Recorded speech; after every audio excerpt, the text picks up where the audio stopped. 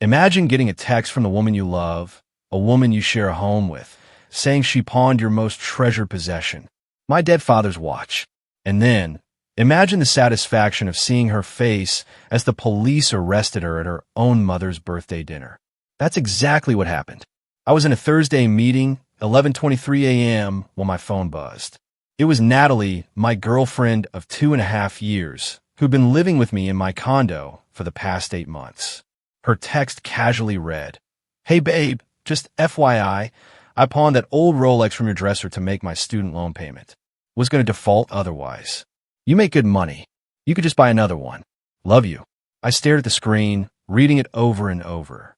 That old Rolex. She called it old. It wasn't just some watch. It was my father's 1971 Submariner.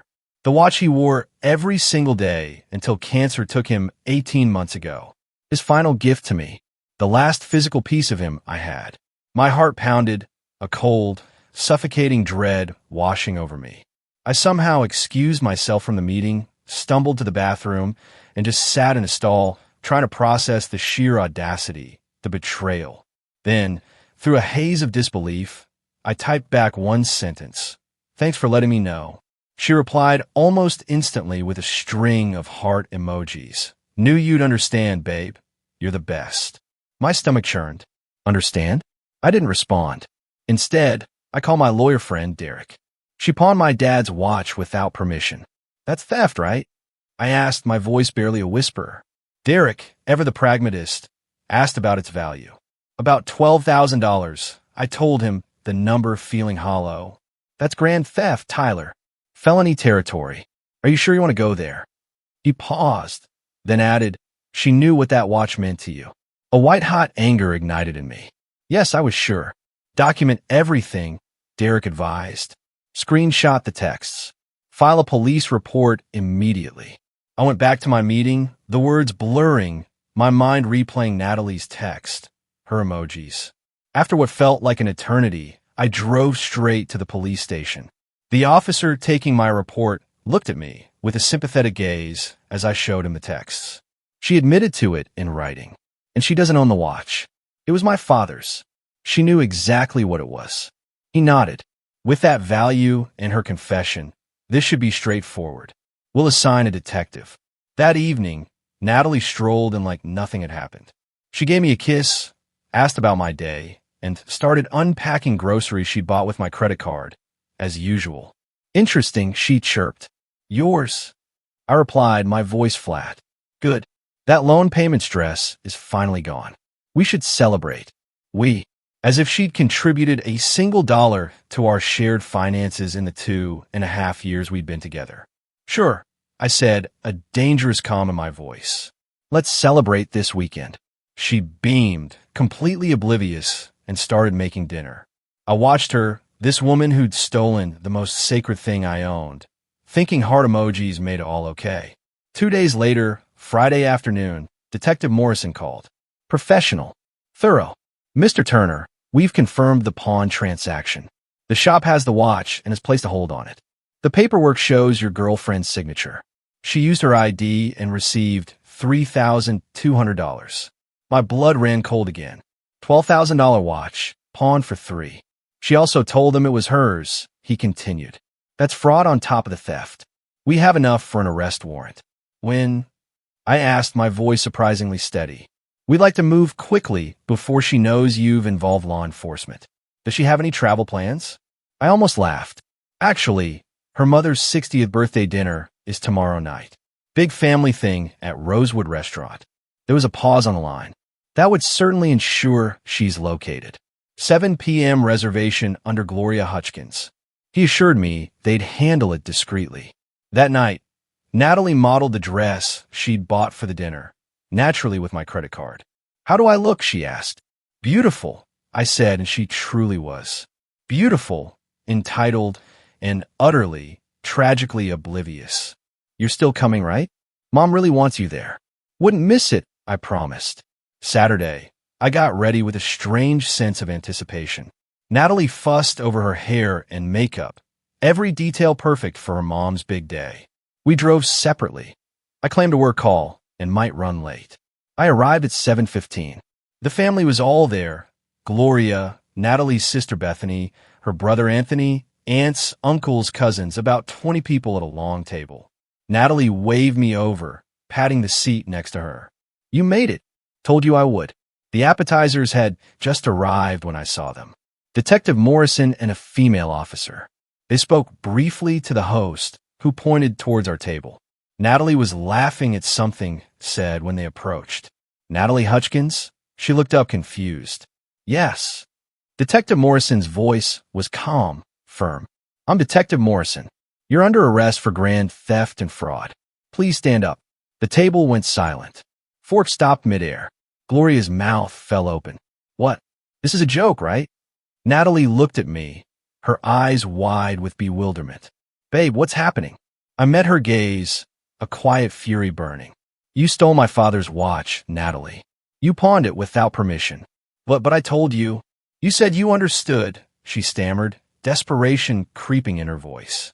I said, thanks for letting me know, I replied, my voice quiet but cutting through the silence of the restaurant. Then I filed a police report. Detective Morrison had her stand. Ma'am, please put your hands behind your back. Are you serious right now? Over a watch? Babe, tell them to stop. That watch was my father's, Natalie. I said, the words heavy with meaning. You knew what it meant to me. The cuffs clicked. The entire restaurant was staring. Gloria stood up, trembling. What is happening? Someone explain. Your daughter stole a $12,000 watch from me and pawned it. I stated, my voice echoing slightly. She confessed via text. Bethany gasped. Natalie, you didn't. It was just sitting there. He never wore it. I needed the money. Natalie cried, tears streaming down her face. You needed the money? I stood up, looking at her, then at her family. You haven't paid a single bill in 2.5 years. I cover your car payment, insurance, food, shopping, everything. And you steal the one thing I can't replace. Anthony looked utterly disgusted. Jesus, Nat, he muttered. As I led her away, Natalie turned back, her face a mask of accusation. I can't believe you're doing this to me at my mother's birthday. I can't believe you stole my dead father's watch and thought it was fine. I countered, my voice flat. Gloria approached me, still trembling. Surely, we can work this out without this scene. She committed a felony, Gloria. She confessed to it. There's nothing to work out. But pressing charges? She's your girlfriend. I corrected her. The word is steel trap closing. She was my girlfriend until she decided my father's memory was worth $3,000 to her. I turned and walked out. The last thing I heard was Bethany saying, I told you she was getting too comfortable with his money. If you're finding this story as unbelievable as I did living it, do me a favor and hit that subscribe button. Trust me, it only gets wilder from here. Natalie was released on bail Sunday morning. Gloria paid the $5,000. I knew because Natalie showed up at my condo at noon, Gloria and Anthony in tow. I watched them through my Ring camera. Natalie tried her key. It didn't work. I'd changed the lock Saturday night. She knocked, then pounded. Tyler, open this door right now. I answered through the speaker. You need to leave. I live here, she shrieked. No, you crashed here rent-free. Your name's not on the deed or any lease. You're trespassing. Gloria stepped forward, pleading. Tyler, please. Let's discuss this like adults. Your adult daughter stole from me, Gloria. We can discuss it through lawyers. Surprisingly, Anthony pulled at his mom's arm. Let's go, Mom. He's right. You're seriously taking his side? Natalie screeched at her brother. You stole a $12,000 watch, Nat. What did you expect? It's just a watch, she scoffed. That's when I opened the door, still chained, my eyes burning into hers. It was my father's watch, the man who taught me to ride a bike, who worked 3 jobs to put me through college, who held my hand while he died. That watch was on his wrist for 40 years. But sure, Natalie, just a watch. Natalie actually rolled her eyes. God, so dramatic. Your dad's gone, Tyler. He doesn't need it anymore. Even Gloria gasped at that. Anthony closed his eyes as if in physical pain. Wow, I said, a bitter laugh escaping me. Thank you for confirming I made the right choice. Your stuff is in boxes in the storage unit downstairs. Unit 12. Here's the key. I tossed it through the gap. Take it and don't come back. You can't just throw me out. I can and I am. You have 1 hour to get your things. Gloria tried one last time. If we pay you back for the watch. It's not about money. I cut her off. She took something irreplaceable and pawned it like garbage, then had the audacity to tell me to just buy another one. We're done here. Natalie was crying full on now. Where am I supposed to go? She wailed. Not my problem anymore. I closed the door. Monday morning, 8 a.m. My credit card company called. Mr. Turner, we're calling about several unusual charges on your account. My stomach dropped. How many? I asked, dread forming a cold knot. Approximately $4,300 in the last 48 hours. High-end retailers, electronics, jewelry stores. Of course. Natalie still had my credit card number memorized. I canceled the card immediately and reported the fraudulent charges to Detective Morrison. She was adding credit card fraud to the charges. Then came the social media campaign. Natalie posted a sob story about her abusive ex, who had her arrested for borrowing something and was now making her homeless. She claimed I was controlling, manipulative, that I'd isolated her from friends and family. Her friends ate it up. My Instagram and Facebook inboxes were filled with messages calling me heartless, abusive, pathetic. Someone found my LinkedIn and messaged my company saying they employed an abuser. I didn't respond to any of it. Instead, I posted one thing. Since there seems to be confusion, my ex-girlfriend stole my deceased father's Rolex and pawned it without permission. When confronted, she said I should just buy another one. I filed a police report for grand theft. She's now also committed credit card fraud. I have receipts for everything. I attach her original text and the pawn shop receipt. The tide turned quickly. Half her friends deleted their messages. Others doubled down, saying I was cruel for involving the police. Then Bethany commented, Natalie, just stop. You know what you did was wrong. Mom and Dad have been enabling you for years, and now you're facing consequences. Tyler, I'm sorry about your father's watch. Natalie called from Gloria's phone an hour later, screaming, How dare you turn my family against me? I didn't. You did that yourself. Bethany is supposed to support me. Maybe she's tired of watching you use people. I didn't use you. I loved you. You love my wallet. There's a difference. You're going to regret this. I'll make sure everyone knows what kind of person you really are. Good luck with that, I said calmly. I have your confession in writing. She hung up. That afternoon, my company's HR called. They'd received an email from Gloria claiming I was harassing her daughter and creating a hostile work environment. She demanded they take action. My manager, James, was cool about it. I showed him everything, the texts, the police report, the credit card fraud. Jesus, Tyler, your ex is psycho. Yeah, learning that the hard way. He assured me they'd handle it. 2 months later, we were in court for the preliminary hearing. Natalie showed up in a conservative suit, trying to look innocent. Gloria, Bethany, and Anthony were there. I noticed Natalie's dad, Robert, wasn't. Turns out, he was done with her drama. The prosecutor laid out the case, the text confession, the pawn shop records, the credit card fraud. Natalie's lawyer, some overworked public defender, tried arguing it was a misunderstanding between romantic partners. The judge actually laughed. Counselor, she literally texted him that she took and pawned his property. Where's the misunderstanding? My client believed she had implicit permission. Did she ask? No, Your Honor. Then she didn't have permission. This proceeds to trial. During a recess, Gloria cornered me in the hallway. Please, Tyler. She's facing prison time. Felony charges will ruin her life. She ruined herself. She's getting help. Therapy. She knows she was wrong. No, Gloria. She knows she got caught. Robert appeared from nowhere. I hadn't seen him enter. Gloria, stop. The girl needs to face consequences for once in her life. He turned to me, his eyes full of regret. Tyler, I'm sorry about your father's watch. That was despicable. We created this monster by never saying no to her. Natalie saw her dad and rushed over. Daddy, please tell him to drop the charges. Robert looked at her sadly. I paid for law school you dropped out of. Business school you dropped out of. Covered your rent until you moved in with Tyler. When does it end, Natalie? So you're abandoning me, too? I'm letting you face the consequences of your actions. Maybe you'll finally grow up. The trial was set for 3 months out.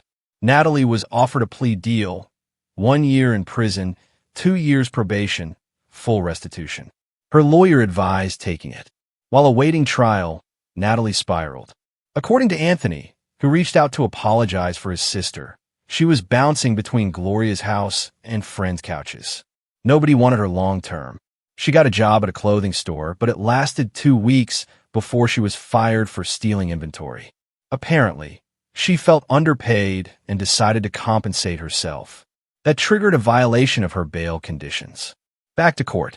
The judge was not amused.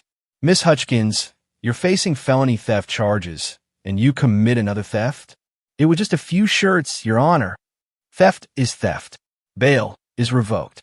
Natalie spent the next 2 months in county jail awaiting trial. Gloria called me crying. "She's in jail, Tyler. Actual jail. Are you happy now?" "I'm indifferent, Gloria. She made her choices. How can you be so cold? How can you still be enabling her? She's 32 years old." The trial finally came. The prosecutor presented everything methodically. The texts, the pawn records, the credit card fraud. Character witnesses testified about the watch's significance. My uncle talked about how my dad wore it every day for 40 years, how he'd specifically wanted me to have it. Natalie's defense was basically that she didn't think I'd mind, that I was overreacting, that couples share property. The prosecutor destroyed that. "Miss Hutchins, did you ask Mr. Turner before taking the watch?" "No." "But did you tell him before pawning it?" "I told him after." "So, you took it secretly, pawned it secretly, then informed him after the fact. When you put it like that, how would you put it?" she snapped. "I needed the money. So you stole." "It wasn't stealing. Taking someone's property without permission is literally the definition of stealing." The jury deliberated for 2 hours. Guilty on all counts. Sentencing was brutal. The judge considered the violation of bail, the additional theft, the complete lack of remorse. "Miss Hutchins, you've shown a pattern of entitlement and disregard for others' property. You stole a family heirloom, showed no genuine remorse, committed additional crimes while on bail. And throughout these proceedings, you've blamed everyone but yourself. 18 months in state prison, 3 years probation, full restitution of $12,000, plus the $4,300 in credit card fraud." Natalie collapsed. Gloria wailed. Robert sat stone-faced. Anthony just shook his head. Bethany wasn't even there. She'd washed her hands of the situation. As they led Natalie away in cuffs, she looked at me one last time. "I hope you're happy. You destroyed my life over a stupid watch." I didn't respond. There was nothing to say. Gloria followed me out. "She loved you, you know." "No, Gloria. She loved what I provided. There's a difference. You could have just talked to her." "I could have, but she could have not stolen from me. She made the first choice." It's been 6 months since sentencing. I got the watch back from the pawn shop after the trial. Cost me the $3,200 Natalie got for it, plus interest and fees. Almost $4,000 to recover my own property. Worth every penny to have it back. Natalie's in minimum security women's prison. Gloria writes me letters, still trying to guilt me into asking for early release. I don't respond. Anthony reached out last month. We actually grabbed a beer. "I'm sorry about all this, man." Natalie, she's always been like this. Taking what she wants, expecting others to clean up her messes. Sounds like you've dealt with it longer than me. My whole life. She stole my bike when I was 10 and sold it for concert tickets. Told me I was too old for it anyway. And your parents did nothing? Mom made excuses. Dad was always working. Classic dynamic. You turn out okay, though. Because I saw what not to do. Bethany sent me a message on Facebook. "I know this might be weird, but thank you. Natalie needed this wake-up call. Maybe she'll finally learn. Also, I'm sorry about your dad's watch. That was unforgivable." Robert divorced Gloria. Apparently, this was the last straw in a long line of enabling behavior he couldn't watch anymore. Gloria blames me for that, too. I'm doing okay. Still processing the betrayal, the entitlement, the complete lack of empathy she showed.